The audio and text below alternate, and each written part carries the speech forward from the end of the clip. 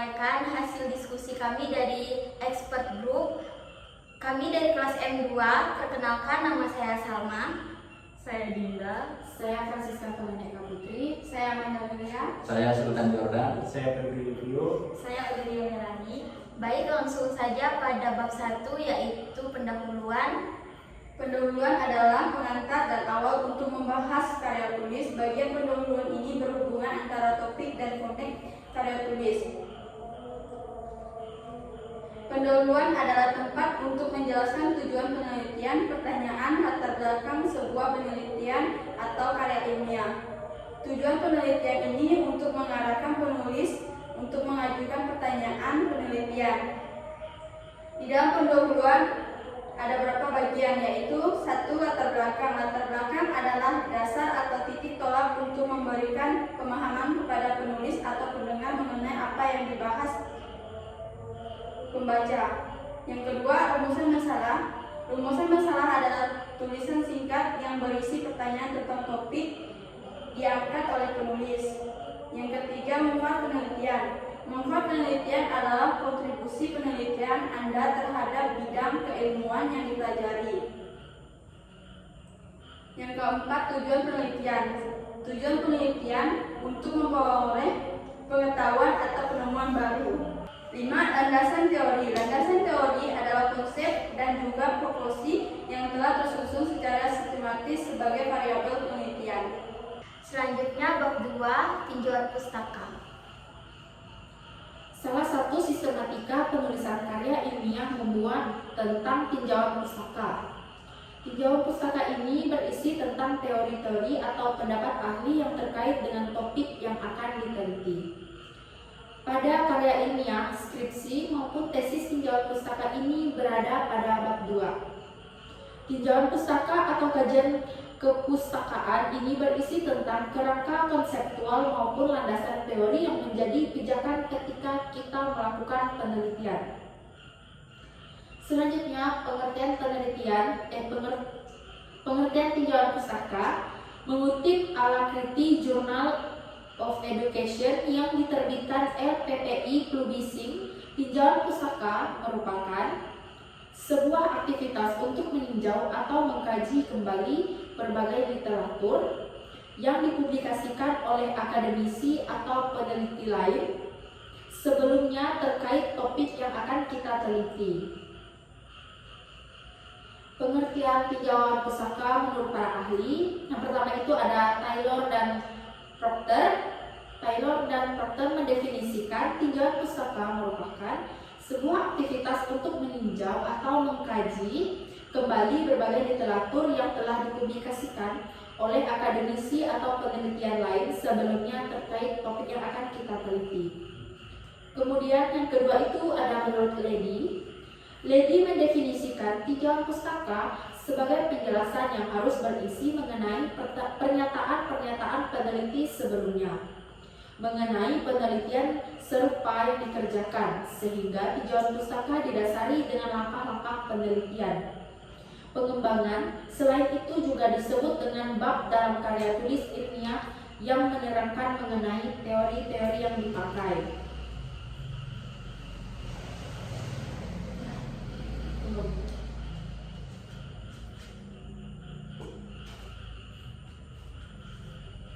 Selanjutnya, kriteria dalam penulisan tinjauan pustaka itu, yang pertama itu ada meliput, yang kedua itu ada sintesis, yang ketiga itu ada metodologi, yang keempat ada signifikansi, yang kelima ada retorik. Kemudian cara membuat tinjauan pustaka yang baik dan benar itu, yang pertama itu ada mengidentifikasi kata kunci yang digunakan dalam pencarian literatur. Yang kedua ada menemukan literatur tentang suatu topik dengan berkonsultasi dengan beberapa jenis bahan dan basis data, termasuk yang tersedia di perpustakaan akademik maupun di internet. Yang ketiga ada mengevaluasi secara kritis dan memilih literatur untuk direview. Yang keempat ada literatur yang telah dipilih dengan mengabstraksi atau mencatat literatur yang mengembangkan diagram visualnya. Dan yang terakhir, yang kelima, tulis tinjauan pustaka dengan melaporkan ringkasan literatur untuk dimasukkan dalam laporan penelitian. Selanjutnya bab 3 yaitu metode penelitian. Yang pertama akan dibacakan oleh Febrilio dan selanjutnya akan dilanjutkan oleh saya, Salma. Baik, yaitu desain penelitian. Dalam metode penelitian sangat penting untuk merencanakan atau mengatur jalannya penelitian. Beberapa desain penelitian umum yang bisa Anda pertimbangkan meliputi: 1. Desain penelitian eksperimental. Ini melibatkan pengendalian variabel-variabel tertentu untuk menguji hipotesis sebab akibat. Yang kedua, desain penelitian survei. Metode ini digunakan untuk mengumpulkan data dari responden melalui kuesioner atau wawancara. Desain yang ketiga yaitu desain penelitian studi kasus. Penelitian studi kasus mendalam terhadap suatu subjek atau kelompok yang terbatas. 4. Desain penelitian korelasional. Mengukur hubungan antara dua atau lebih variabel tanpa mencoba menentukan sebab akibat. 5. Yaitu desain penelitian kuantitatif. Fokus pada pemahaman mendalam dan mendeskripsi tentang fenomena tertentu. 6. Desain penelitian campuran. Menggabungkan antara elemen kuantitatif dan kualitatif dalam suatu penelitian untuk memberikan pemahaman yang lebih komprehensif. 7. Desain penelitian longitudinal. Melibatkan pengumpulan data dari subjek yang sama selama periode tertentu yang berlangsung lama. 8. Desain penelitian kuansi eksperimental. Mirip dengan desain eksperimental tetapi tidak memungkinkan pengendalian yang sama atas variabel independen. Dalam metode penelitian, populasi merujuk pada kelompok utama atau keseluruhan dari mana Anda ingin mendapatkan informasi atau data. Populasi ini dapat berupa orang, objek, kejadian, atau fenomena yang Anda studi. Populasi ini seringkali besar dan mungkin sulit untuk diakses sepenuhnya. Contoh, jika Anda ingin memahami preferensi makanan pada suatu remaja di sebuah kota tertentu, maka populasi Anda adalah sebuah remaja di kota tersebut. Namun karena sering sekali tidak praktis atau mahal untuk mengumpulkan data dari seluruh populasi, peneliti menggunakan sampel. Sampel adalah subjek dari populasi yang dipilih untuk diinvestigasi. Contoh, sebelum jika Anda tidak dapat mengumpulkan data dari sebuah remaja di kota, Anda mungkin memilih sampel acak dari remaja yang mencerminkan beragam karakteristik seperti usia, jenis kelamin, dan latar belakang sosial. Ada berbagai metode pengumpulan data yang dapat digunakan dalam metode penelitian, dan pemilihan metode ini tergantung jenis penelitian, pertanyaan penelitian, dan sumber data yang tersedia. Beberapa metode pengumpulan data yang umum digunakan yaitu wawancara, kuesioner, pengamatan, analisis dokumen, studi kasus, eksperimen, survei online, wawancara fokus, sensor dan teknologi. Pemilihan metode pengumpulan data yang tepat adalah bagian yang penting dari perencanaan penelitian. Metode yang Anda pilih harus sesuai dengan penelitian dan karakteristik populasi atau sampel yang Anda teliti. Selain itu, penting juga untuk mempertimbangkan kualitas, validitas, dan keandalan data yang Anda kumpulkan. Sumber data dalam metode penelitian adalah tempat atau asal data yang digunakan untuk menjawab pertanyaan penelitian Anda. Sumber data dapat beragam tergantung pada jenis penelitian dan pertanyaan yang diajukan. Beberapa sumber data umum dalam penelitian meliputi: yang pertama, sumber data primer, yaitu data yang Anda kumpulkan secara langsung untuk penelitian. Yang kedua, sumber data sekunder, data yang telah dikumpulkan oleh orang lain atau telah ada sebelumnya untuk tujuan lain, tetapi dapat digunakan kembali untuk penelitian Anda. Yang ketiga, sumber data kualitatif, data berupa narasi, teks, atau informasi deskriptif. 4. Sumber data kuantitatif, data yang berbentuk angka atau data terukur. 5. 5. Sumber data primer terstruktur. Data yang dikumpulkan melalui metode yang telah direncanakan dengan baik seperti wawancara terstruktur atau survei dengan pertanyaan tertentu. 6. Sumber data primer tak terstruktur. Data yang dikumpulkan melalui metode yang lebih fleksibel dan terbuka. 7. Sumber data internal. Data yang diperoleh dari organisasi atau lembaga tempat Anda bekerja atau berada. 8. Sumber data eksternal. Data yang diperoleh dari luar organisasi Anda seperti data ekonomi dari pemerintah atau data cuaca dari Badan Meteorologi. 9. Sumber data langsung. Data yang Anda peroleh secara langsung dari subjek atau situasi yang Anda teliti. 10. Sumber data tidak langsung. Data yang Anda peroleh melalui perantara atau sumber lain seperti data dari laporan atau arsip yang ada. Pemilihan sumber data yang tepat adalah langkah kunci dalam perencanaan penelitian. Variabel peneliti dalam metode penelitian merujuk pada variabel yang dapat Anda kendalikan atau manipulasi dalam penelitian. Ini adalah variabel yang menjadi fokus utama dari eksperimen atau studi dan berusaha untuk memahami bagaimana perubahan dalam variabel ini mempengaruhi variabel lainnya. Variabel peneliti juga disebut sebagai variabel independen atau variabel eksperimental. Contoh variabel peneliti dalam berbagai jenis penelitian. Yang pertama, eksperimen sains. Yang kedua, penelitian kesehatan. Yang ketiga, penelitian pendidikan. 4. Penelitian psikologi. 5. Penelitian sosial. 6. Penelitian bisnis. Variabel penelitian digunakan untuk menguji hipotesis dan memahami hubungan sebab akibat antara variabel ini dengan variabel tergantung atau hasil yang diamati.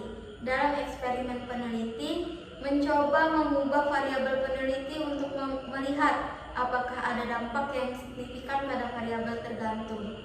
Ini membantu dalam menentukan apakah ada korelasi atau hubungan kausal antara kedua variabel tersebut.